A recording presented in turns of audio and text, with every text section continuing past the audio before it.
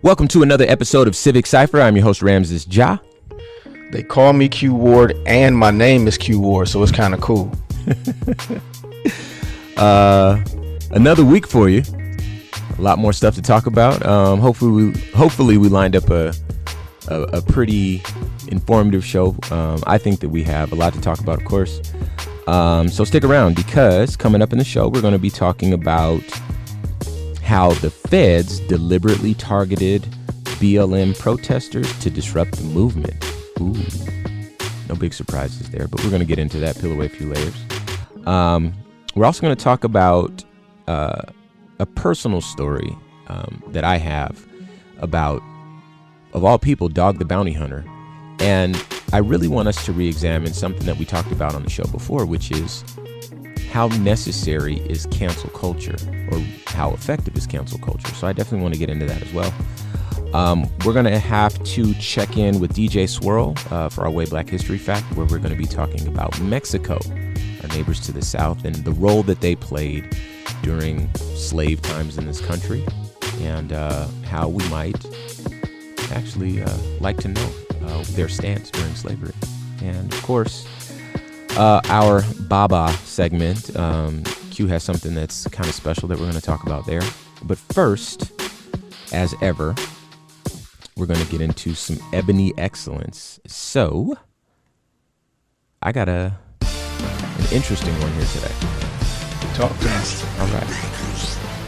All I do is win, no matter what. So, normally ebony excellence is when someone excels at something, someone black excels at something, or there's something going on that we can be proud of, or that we can look to and say, there's some positive stories in the black community, and, that we can share with each other, and just kind of, have a little bit more positive, energy to an otherwise heavy program. But today's, we're going to have to take a moment to just acknowledge someone making it through.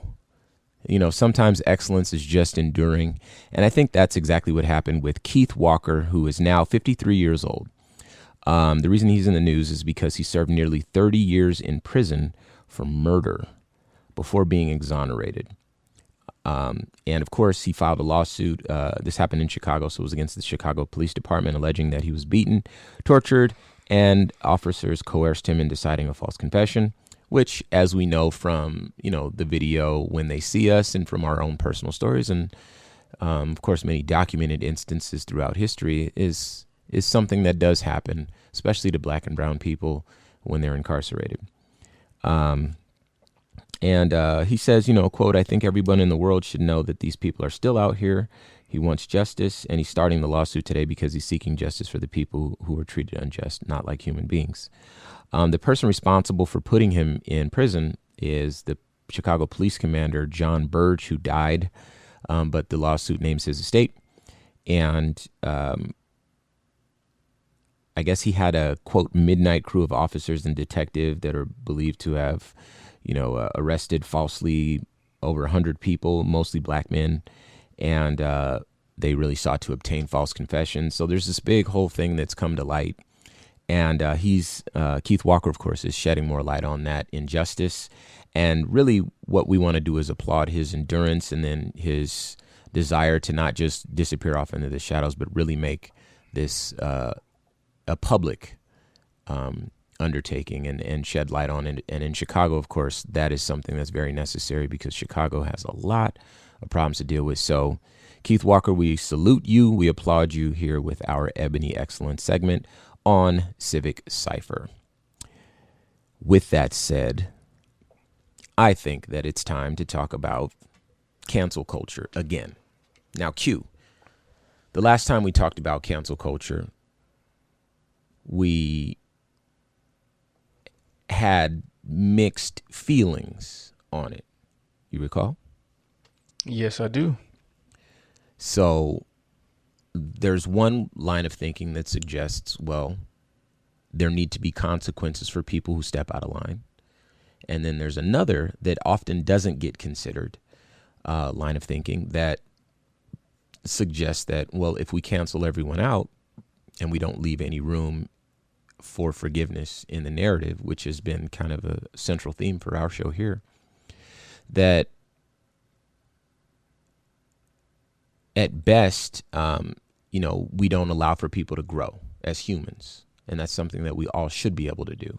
But at worst, people have a strong need to have community, a sense of community. And if we write someone off for having made a mistake forever, then ultimately when they do find their community, it might be on the opposite side of some ideas that we hold very near and dear, and ideals. And so we end up fortifying the opposition and decreasing our numbers in terms of, our efforts and what we're trying to do. And that's something worth considering, especially when we're dealing with people in positions of power, people with voices, those sorts of things. And so I feel like there's a story that I want to tell, and it has to do with Dog the Bounty Hunter. Now, I know that sounds crazy, but Dog actually called me maybe 2 or 3 days ago, and he shared with me that there are some people suggesting that he has said some racist things recently and some homophobic things recently, and they're trying to sensationalize it and get it, out in the public on TMZ, those sorts of things. And he reached out to me because obviously we have a relationship, but obviously I operate in this space. And, he just kind of wanted to, get my thoughts and so forth. And that, I know how crazy that sounds, but I'll tell you why it happened. So we'll call it 2012, 2013. 2013 sounds good. I and you too, Q, were moving around a lot in the country. We had business with, a vodka company, and, we were doing parties and promoting things and whatever. And we were always going to different places and DJing or meeting with people or whatever. And one of those trips, I went to Vegas, and I have a friend in Vegas. His name is Wade Martin, and I love Wade. He's a good man. Wade had a birthday party at one of the casinos, the Paris, I believe. And Carrot Top was at his birthday party. Coolio was at his birthday party. Random, right? And Dog the Bounty Hunter was at his birthday party. And Wade asked if I wanted to meet Dog the Bounty Hunter, and I said no. And the reason I said no, I didn't want to meet Dog the Bounty Hunter, is because I knew that once upon a time, what made its way to me was that Dog the Bounty Hunter had said some racist things on a phone call with one of his kids that was recorded, right? And I heard the phone call, and he was, if I remember correctly, he was saying that, he just says the N-word. He doesn't mean it in a negative way, but that's how he grew up and so forth and so on. And I obviously took exception to that. I was on the radio at the time in Phoenix, and I actually went on the air, and I talked about that because, Dog was someone that I knew of as being just like a guy on TV, a celebrated individual, and that felt very unfair, right? So I kind of held that with me. And then when I had the opportunity to meet him in Vegas, I didn't want to meet him. But as life happens to be sometimes, we ended up kind of in the same circles again, maybe a year or so after the initial opportunity I had to meet him. This time it was in Los Angeles, in Beverly Hills at the Four Seasons Hotel. A business partner of mine says, hey, I have to go and have a meeting with Dog the Bounty Hunter. And he knew that I really did not want to meet Dog the Bounty Hunter, but because he and I did business together, that meant that by extension, I'd be doing business with Dog. And I'm not the sort of person to shake someone's hand and smile in their face if there's some funk that needs to be aired out. For some reason, I just don't have that. I wish I did have that ability, but I don't. And so I told my business partner, I says, hey, so when I meet Dog, the first thing that's going to come out of my mouth is, hey, so you said this, and to be fair, we need to deal with that. I need to know who I'm dealing with. And I think I deserve an explanation. if we're going to sit down at this table together and have any conversation. That it needs to begin there. That's fair. That's more than fair. And so my business partner says, okay, I can't take that from you. So by all means, So we go to this hotel. We go all the way up to the top where him and his wife were. His dog and his wife's name was Beth. She's passed away now, but she was there as well. And, he shook out he put out his hand to shake my hand. I shook his hand. Everything was pleasant. And I says, hey, dog, can I talk to you for a second? And he says, sure, brother. You know how he talks. For those that know, he's like, sure, brother. Let's talk. What do you got to talk about? And I'm like, hey, do you mind if we step outside for a second? He's like, yeah, man, of course. So we walk outside. And immediately I says, hey, so some years back, I heard a recording of you, and you were talking to one of your children, and you were saying a lot of things that sounded very hurtful to me. This is the same world. We share the same world, but, I have a particular set of challenges, and your line of thinking or, your language or whatever makes it harder. It fortifies the opposition, to quote myself from a few minutes ago. And, I have to raise my children in this world. And if you and I are going to sit here and do business, then we need to figure out what's really going on here. And that took a lot from me, because I think that at the time I was less likely to be forgiving and more likely to be angry about things. So it took a lot of growth. And so this is why I'm not mad at a lot of people who have that sort of mob mentality, but I do recognize that at this point and at this age, there's a better way to deal with things like this. So, dog says, oh my God, I know exactly what you're talking about, and this deserves my full attention. And he jumped right on top of it. He slid the sliding door shut, and we're out on the patio overlooking, the city. And he starts talking to me, and he explains to me, hey, there's no excuse. I can give you an explanation and I can apologize, but there is no excuse. So if anything sounds like an excuse, I apologize right now. But there is no excuse. I had to learn that lesson, and I've learned that lesson. And if I have to tell this story to you and to your children and to everyone else who needs to hear it from my own mouth in person, I'll do it. The reason for that is that's not who I am. I didn't recognize what I was saying all those years behind closed doors when people weren't recording me, when I was just having conversations. He was like, I spent years in prison. That's the language in prison. I was accepted by, he calls it the black tribe. I was accepted by the black tribe. I stood with them. We've, been in the trenches. We did what we did together. And then, I come from an environment where the language just is a little different. It's not, I didn't intend for it to be hurtful. And so I had to learn that it was hurtful in order to learn that I didn't want to do that. And I had to live through something on full display of the whole country, and learn that lesson in real time. But regardless of what happens tomorrow, with me or with whatever, that's not who I am. That will never be who I am. And, dog wasn't, he didn't articulate it as well as I did, but the emotion was certainly conveyed there. Ramses, looked into this man's eyes. It was me and him on a patio, and we had a maybe 20-minute conversation. People were knocking on the window trying to get us back inside or whatever. And he's like, just a minute, and, we really had to hash that out, right? But he said his piece, and I says, okay. Now, I was in a position where I had to clear the air before we move forward, because that train was leaving and I was on it, right? But what that also forced me to do was now I had to sit down with dog at dinner, plural.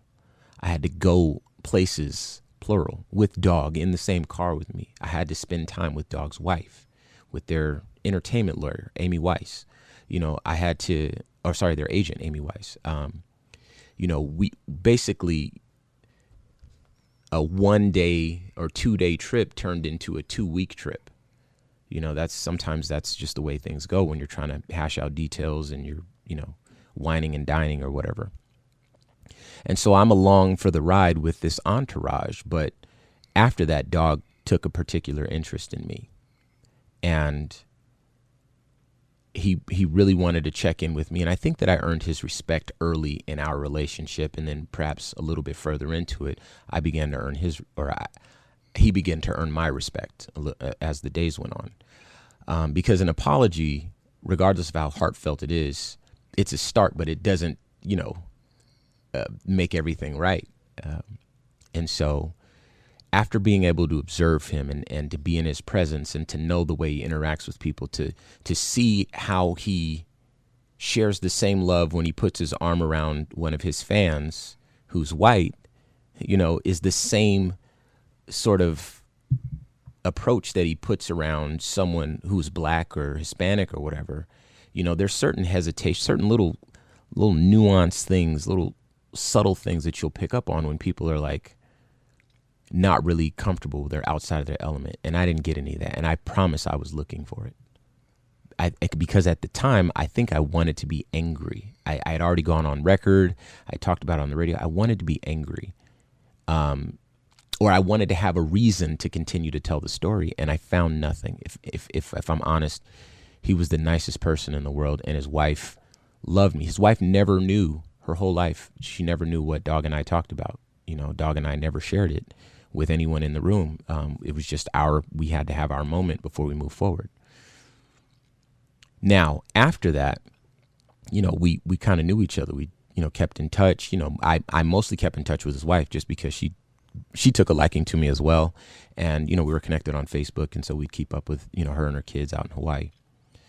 The thing is, and the reason why Dog reached out to me the other day is because, as I mentioned, someone else is now trying to assert allegations that Dog somehow is saying racist things and now homophobic things as well. And because of my personal experience with Dog, that would be incredibly difficult to believe, because now I know him. The same as I know Bootleg Kev is another person that I know. Granted, I've known Kev longer, but and for those that don't know, he's another big radio personality. But Kevin is white, Dog is white. These are people that I know, and I know what their boundaries are. I know how sensitive they are. Dog told me in our one of our early conversations that he wanted to be buried in a black cemetery with his brothers and sisters at the end of his life, because he felt like that might bring a little bit more balance to his story. He didn't want to be remembered as this person who said a word in a conversation. He's like, my life and who I am is so much bigger than that. The people that I love include all of these people, and I would never hurt them. And I didn't know the gravity. Like, you hear bits and pieces here and there, but it's not my lived experience. He wasn't making excuses. Remember that. He was explaining. So when he reached out to me the other day, he's like, I really don't know what to do with this. I don't know what to make of this. I don't know how to. All I know is it's not true. I didn't do this. And these people are trying to cancel me. And not only have I learned this lesson not to say this, but I'm not that I would never want to put that negative energy in the world in the first place. He's like, I'll be the first to admit I'm an old man. I come from a different time, this, that, and the third. But, excuse me, as far as what is being asserted and what's being kind of shopped around, and I believe DJ Swirl found some stuff online about it as well. He's like, that's not true. And I really need to know how to prepare for what's coming my way. Now, I'll admit, Dog and I, we don't talk on the phone with, really any regularity. We just kind of keep in touch through social media at a distance. And then, my business partner, of course, is a lot closer with him. So, I hear about the goings on, through him, or sometimes we'll be in the car together and we'll get a call from Dog and I'll get to say hi, that sort of thing. But, I still believe that I have Dog's respect. And, I got to thinking about what he could do. What could you do in that situation if someone's alleging something that is either false or misrepresents who you are? right? And I recognized there's really not a lot. That once that train leaves, social media can take on a life of its own. We've been the victims of that. We've put stories out there that only told half the truth, and had to come back. And, that's a part of being a journalist. Sometimes you get everything, and sometimes you get what you think is everything, and then some more information comes later, that sort of thing. And social media is no different, and they're not held to the same standards as we are as journalists on this show.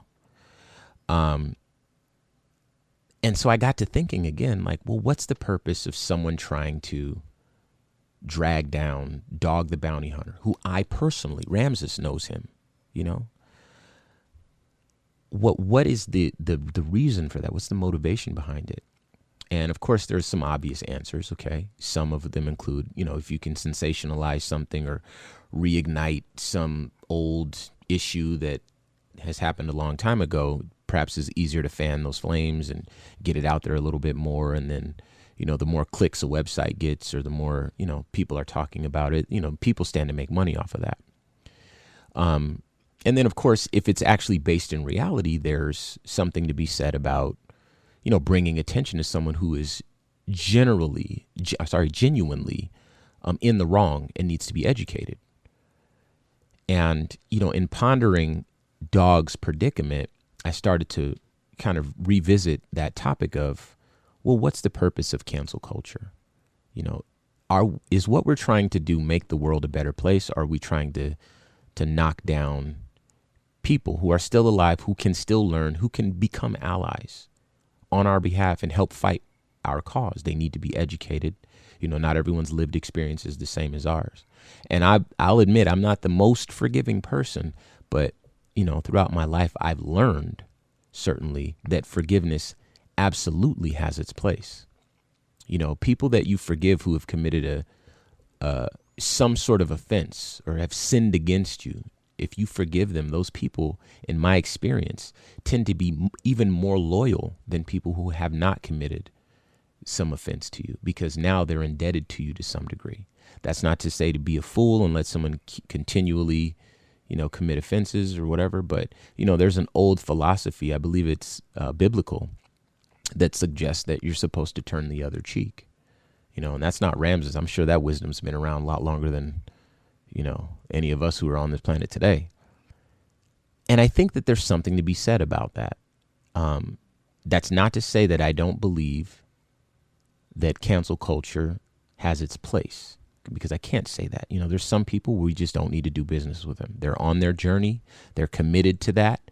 And we need to make sure that we don't allow them the stage for their continual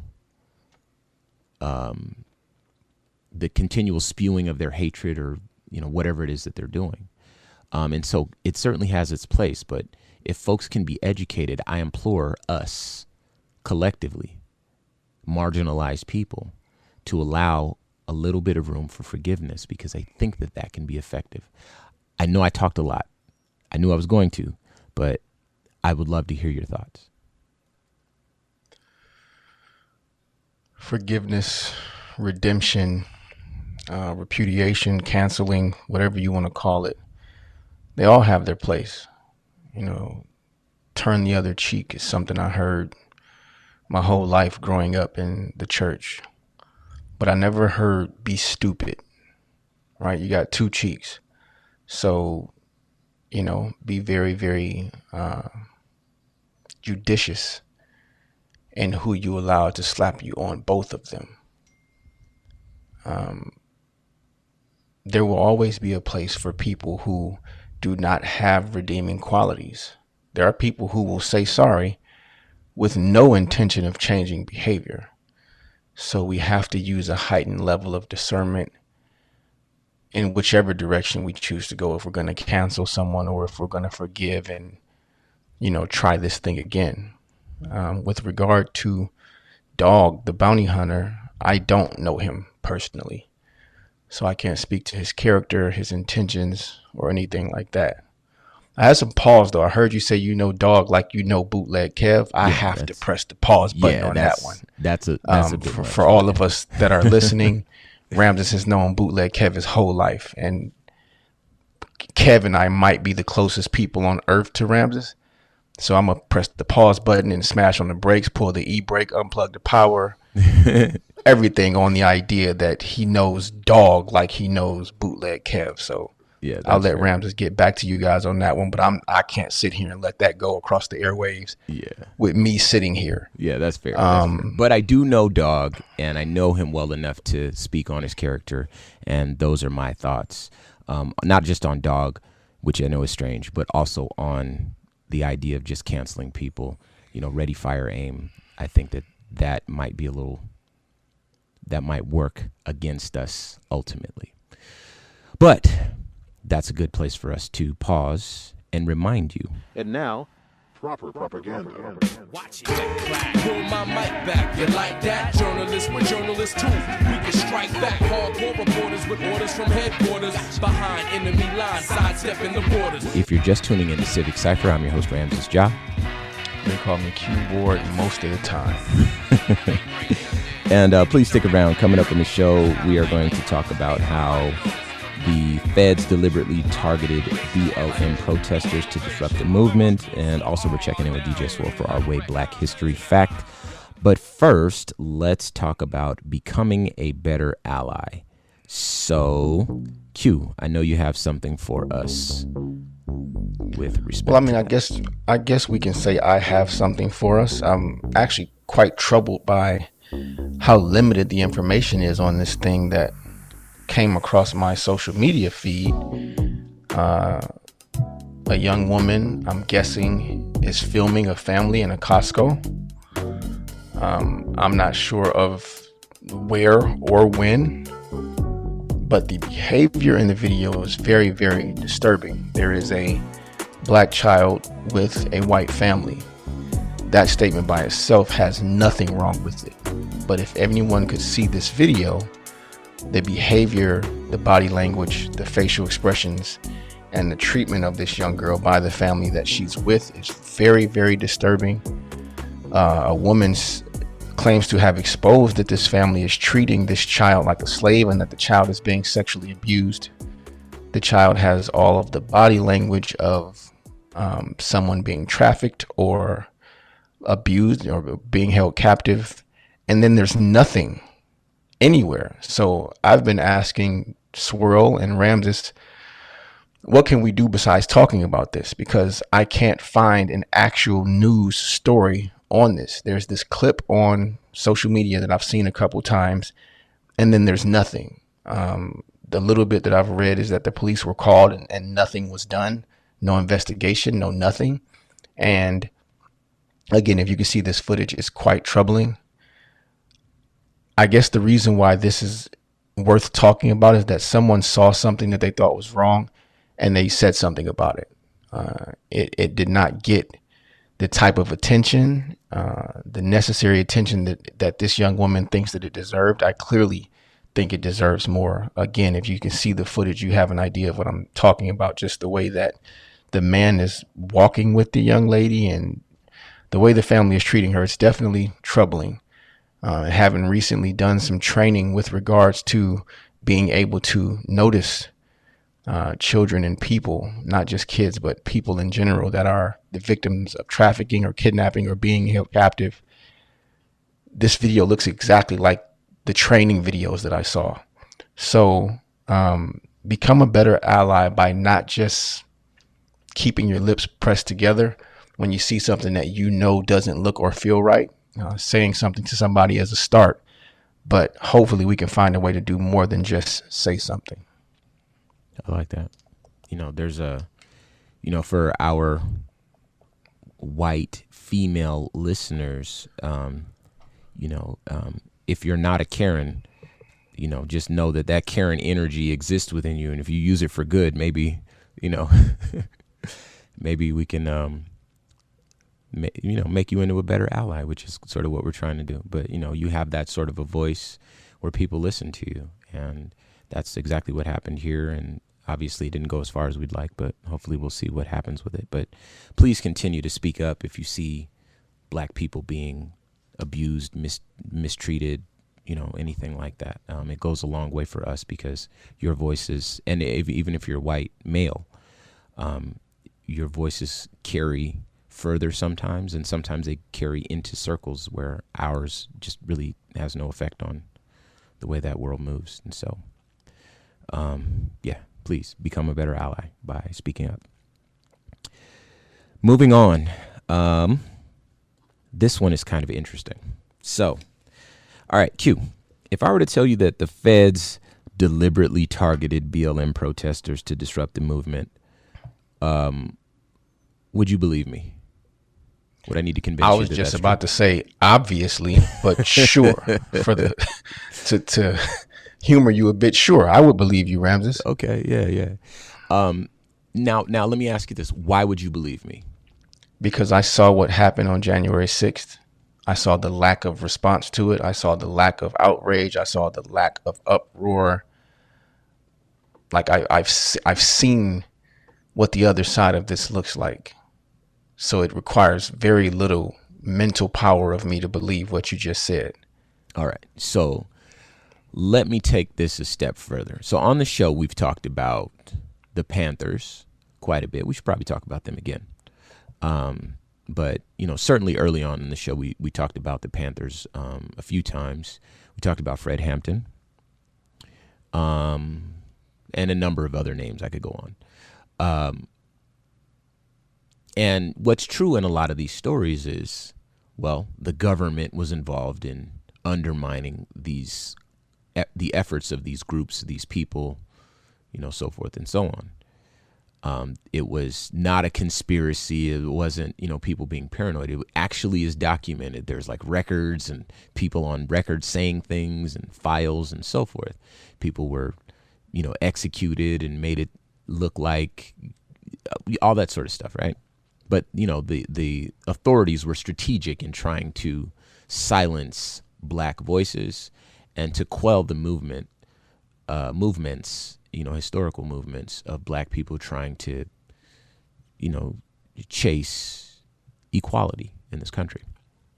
And so that's why I don't have a tough time believing this. But if you listening to my voice have a tough time believing it, maybe you'll take it from the Associated Press and NPR. So here we go.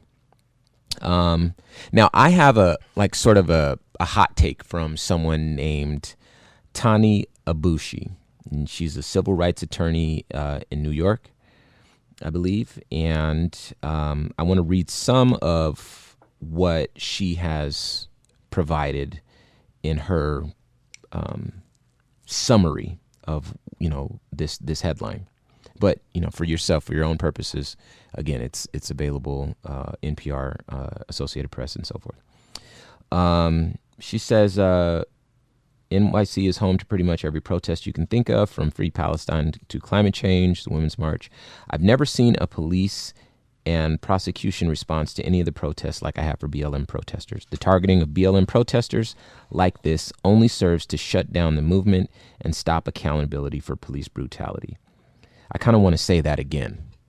The targeting of BLM protesters like this only serves to shut down the movement and stop accountability for police brutality. It's a message they want to send to anyone else who will challenge systemic racism.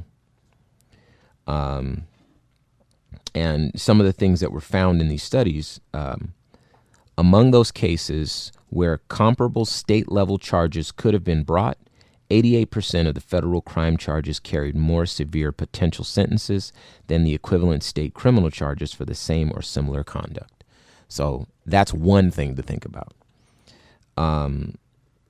Out of 326 cases, the report identified 84 cases, which is 25.8%, where prosecutors stacked charges against defendants with multiple redundant charges being brought arising from the same facts, leading to far more severe potential sentences against defendants. That is what we refer to around here, and Q affectionately refers to as, quote, trumped up charges. Another one is 72 cases, which is 22.1%, involved charges with mandatory minimum sentences.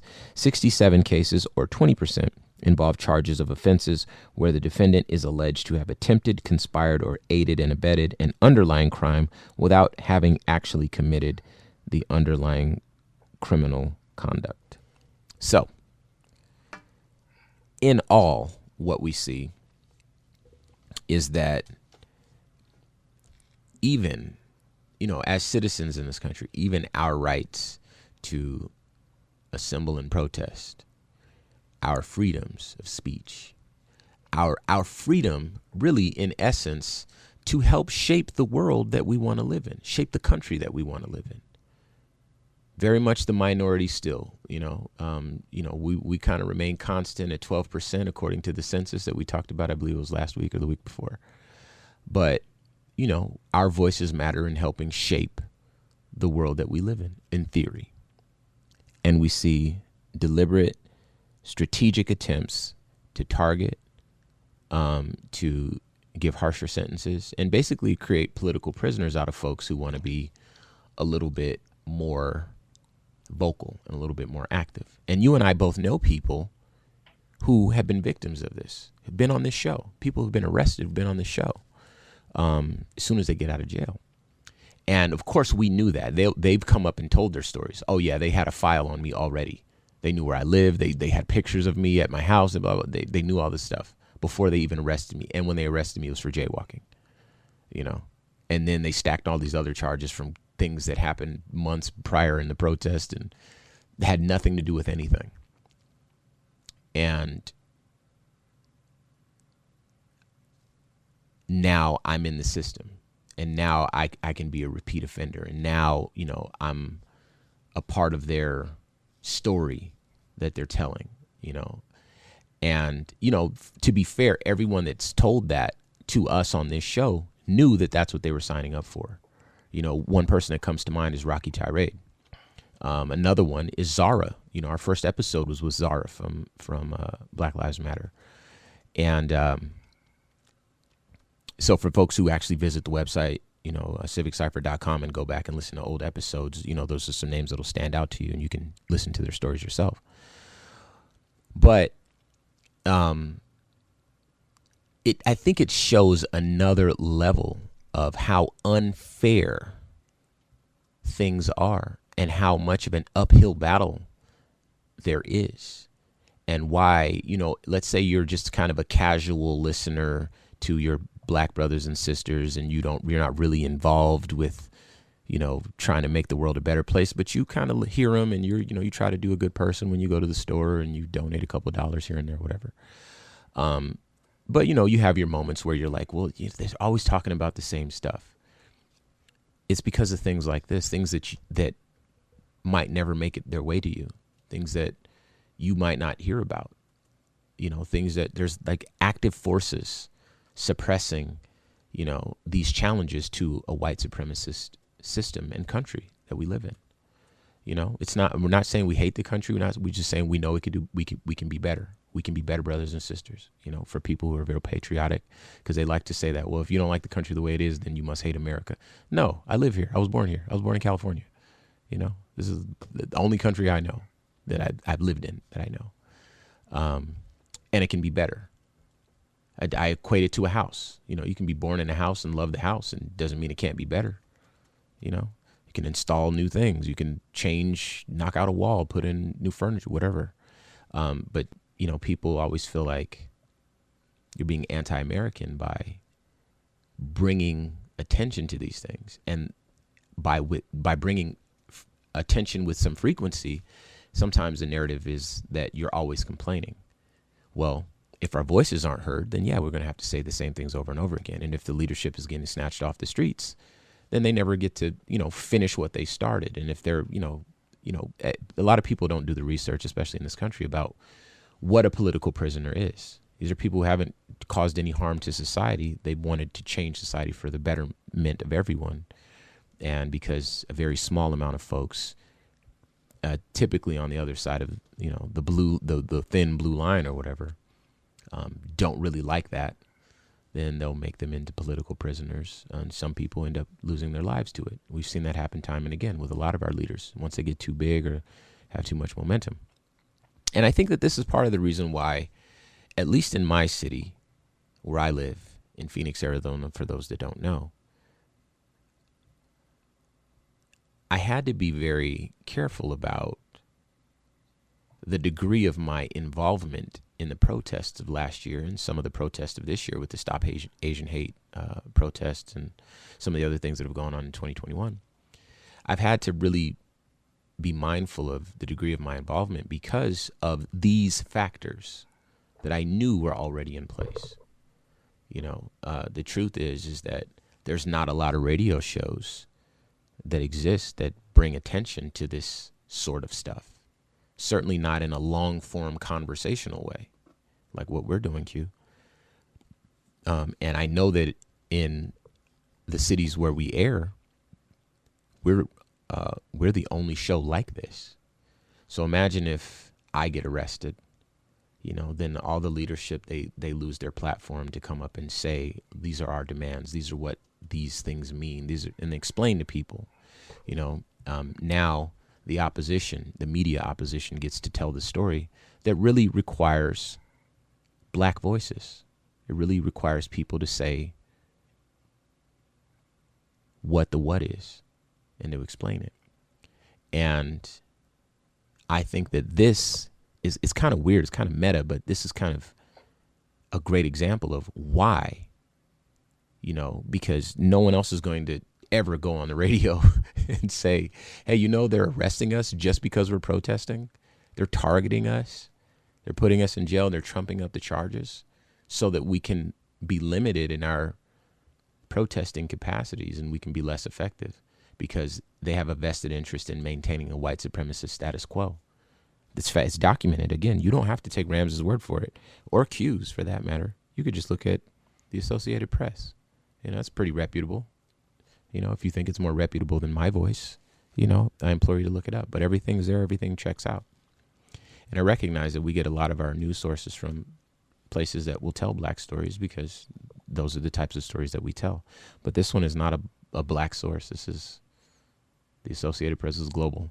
So if you didn't believe that the Panthers were strategically targeted and, that you think the Panthers were a terrorist organization or whatever, if you have no idea who Fred Hampton is, or you thought MLK's assassination was a tragedy, but you didn't think that there was any intelligence behind that, or, same with, Malcolm X or whatever.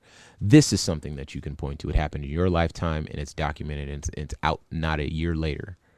And I implore you to do so. Now, Q, I asked you a second ago, or a moment ago, if any of this surprised you. And you said, for the sake of argument, you'll say that you were willing to play along with me. But now I kind of want to get a little bit more of a long form response to everything, because this sort of thing is right up your alley.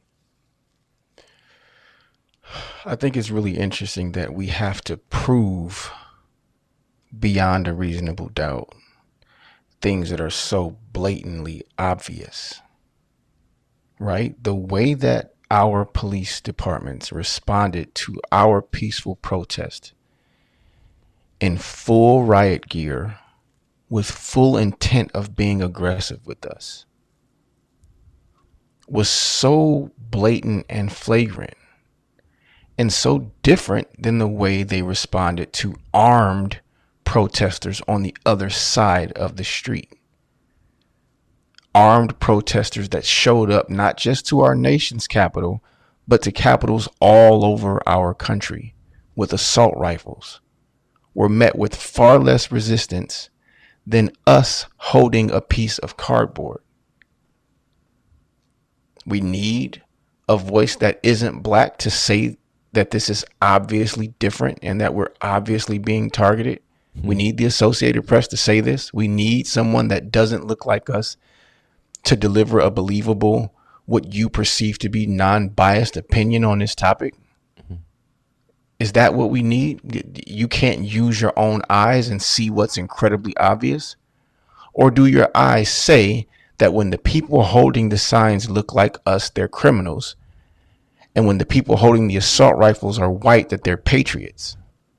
Because if that's the case, then it doesn't matter if the Associated Press says it or if the President of the United States says it.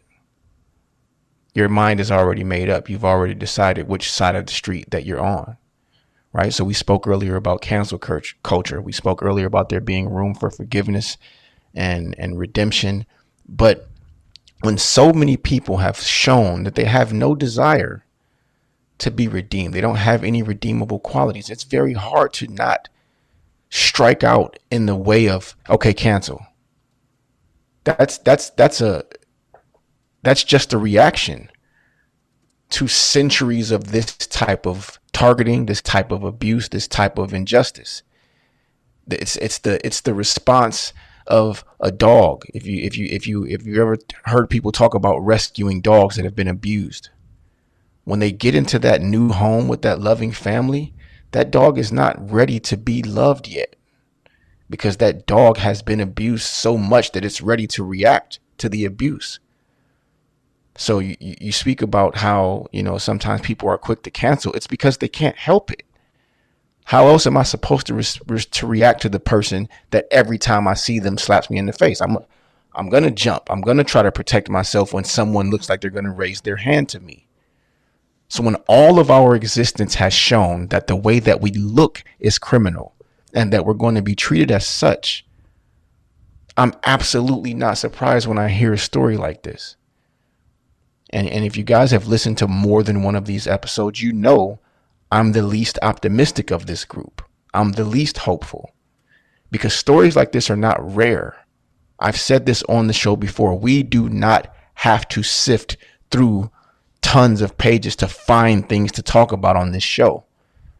We don't have enough show to talk about all the things that we find, all the videos that we see, all the articles that we read. We don't have enough show to talk about all of them.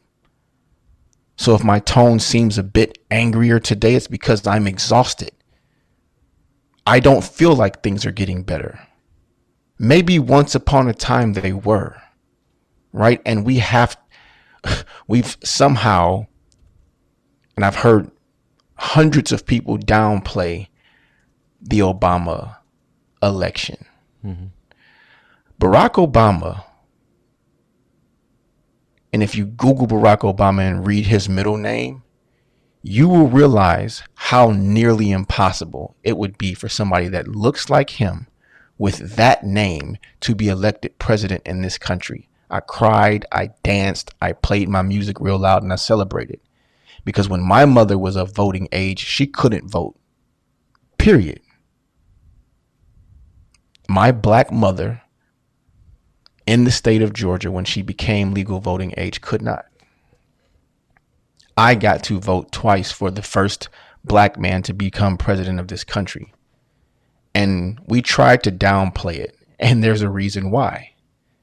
We had to downplay it because people on the other side of the argument tried to give it too much credence. See, we're equal. We've come so far. Look what just happened. That we couldn't even really fully celebrate it like we wanted to. That was a massive step towards progress. But when people who have been oppressive forever want to pat themselves on the back for that progress, then we have to not celebrate as hard. We have to say, okay, wait. Yeah, y'all. Yeah, we got this one, but wait, there's all this stuff over here that we don't have. Yeah.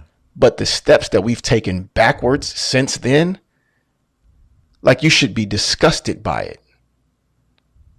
The steps that we continue to take backwards, what seems like daily now. We've done away with science. We've done away with fact. We've done away with there being anything that's true, right? Our healthy sense of skepticism has turned into something that's almost lunacy. And I'm watching people slide way backward on the rights, privileges, and freedoms that we all deserve. Well, people making a mockery of the government that they want to uphold and what they call patriotism. So, Ramses, it is very, very easy for me to see a story like that and not even need more information, because they require too much information of us for things that are just blatantly, flagrantly obvious. Well, that's more than fair. I can't take that from you. And obviously, this is a heavy piece of news just by itself, even though it doesn't surprise us. And, you know, a lot of folks that would even take the time to listen to this show, it wouldn't surprise them. But I maintain somebody took the time to gather the data because they believed that it would be important. And somebody took that data and wrote an article because they believed it would be important in helping shape the world into a better world. And then people like you and I, we come across the information and we say, let's share it so that we can educate folks, because that education will ultimately create stronger relationships between our, to pull a word from Dog the Bounty Hunter, tribes. You know, we have to share this planet together. Let's love each other. I mean, I know it sounds crazy. I can hear my own voice. But why would we have to share the planet? Why would we want to hate each other? Let's try to get along, you know? And I believe that's possible, and that's part of the reason why all this stuff is happening. So, with that said, we got to move on a bit. Let's talk about something that I believe is good. And I kind of knew it, but I want to have our show producer share it with you. DJ Swirl, what's up with that Way Black History fact? What more can I say? I wouldn't be here today if the old school didn't pave the way. What more can I say? I wouldn't be here today if the old school didn't pave the way. This week, we highlight the little-known Underground Railroad that ran south to Mexico. Unlike the northern free states, Mexico did not agree to return people who had fled to slavery. The Underground Railroad ran south as well as north. For enslaved people in Texas, refuge in Canada seemed impossibly far away. Fortunately, slavery was also illegal in Mexico. Researchers estimate between 5 and 10,000 people escaped from bondage into Mexico, but the actual number could be even higher. In comparison, an estimated 30,000 to 100,000 enslaved people crossed the Mason-Dixon line to reach free northern states and Canada. There's some evidence that Tejanos, or Mexicans in Texas, acted as conductors on the southern route by helping people get to Mexico. In Mexico, slavery was abolished back in 1829 by Mexico's second president, Vicente Guerrero, who himself was of African descent. At that time, Texas was still part of the country, in part prompting white slave-holding immigrants to fight for independence in the Texas Revolution. Once they formed the Republic of Texas, they made slavery legal again, and it continued to be legal when Texas joined the U.S. as a state in 1845. Slaveholders knew enslaved people were escaping to Mexico, and the U.S. tried to get Mexico to sign a fugitive slave treaty. Just as the Fugitive Slave Act of 1850 had compelled free states to return escapees to the South, the U.S. wanted Mexico to return escaped enslaved people to the U.S., but they refused, insisting that all enslaved people were free when they set foot on Mexican soil. Talk to him. Despite this, some U.S. owners of enslaved people still hired slave catchers to illegally kidnap escapees in Mexico. That comes courtesy of History.com. Your thoughts, Q? Viva la Mexico. Ain't no secret. Ain't no secret. One time. Listen. All right. So for those that know, you know, you're going to hear it again. But for those that don't, you know, I was born in California and grew up in Arizona. So I spent the majority of my life in the Southwest.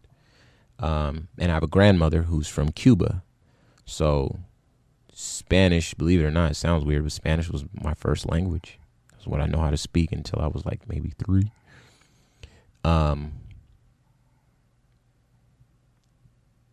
So I was around Mexican people, Mexican culture. I mean, it's California. It's in the name. Arizona's in the name, you know. All the streets, all the people, the foods, everything like that. So it's like kind of like a cousin culture or a brother culture, you know. The people feel like, but to me, I've always kind of felt that way. And, you know, I recognize that not everybody shares that viewpoint.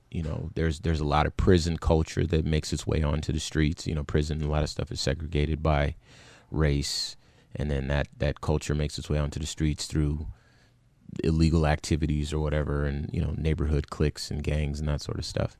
But the overwhelming majority of people know how to get along pretty well, and for folks that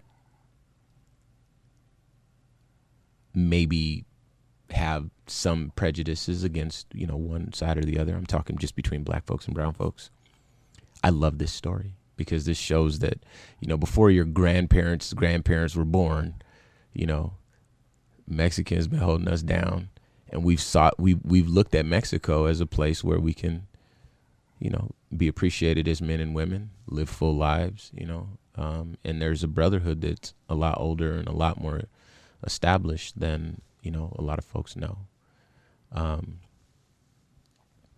For all my brothers and sisters who are listening to the show, try to learn some Spanish, man. Take some time, go down to Mexico. You might, and travel, not just Mexico, but that's a good place to start if you're in the U.S. because it's so close. It's a good place to go. And I remember hearing a lot of folks say that a lot of times Mexican people are prejudiced against black people or Americans or whatever. And it hasn't really been my experience at all. If anything, this story is kind of the way that I feel Mexico is even today, about Mexico just kind of being open and receptive. If anything is prejudiced or whatever, it's the U.S. We're the ones who are trying to build a wall and keep people out and, making fun of people for trying to, pursue better lives for, their families, completely ignoring the fact that there's tons of people who live in Mexico and are happy as a clam, have no desire to move anywhere, just like you and me. And so shout out to Mexico one time.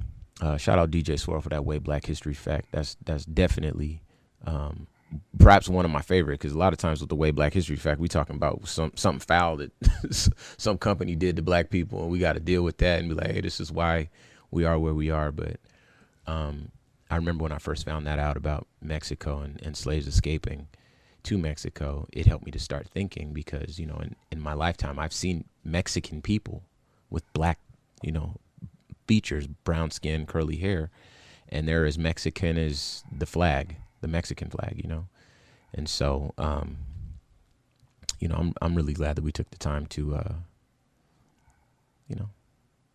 get that in. We don't always get to do stuff that I think is happy, and I'm glad we got to. So with that said, I think that is going to do it for us today here on Civic Cipher. So once again, I'm your host, Ramses Ja. They call me Q Ward mostly all the time. Mostly all the time. I like that one. Mostly all the time. Yes, indeed. And of course, the show produced by DJ Swirl. If you can, hit the website, civiccipher.com. Download this and any previous episodes. You can also get us syndicated in your city. You can find out how on the website. And, of course, you can make a donation to the show. It helps the show grow, and it helps us to continue to bring you this content, which we feel is very important, and hopefully you do too. And I think that'll do it for us this week. So until next week, y'all. Peace.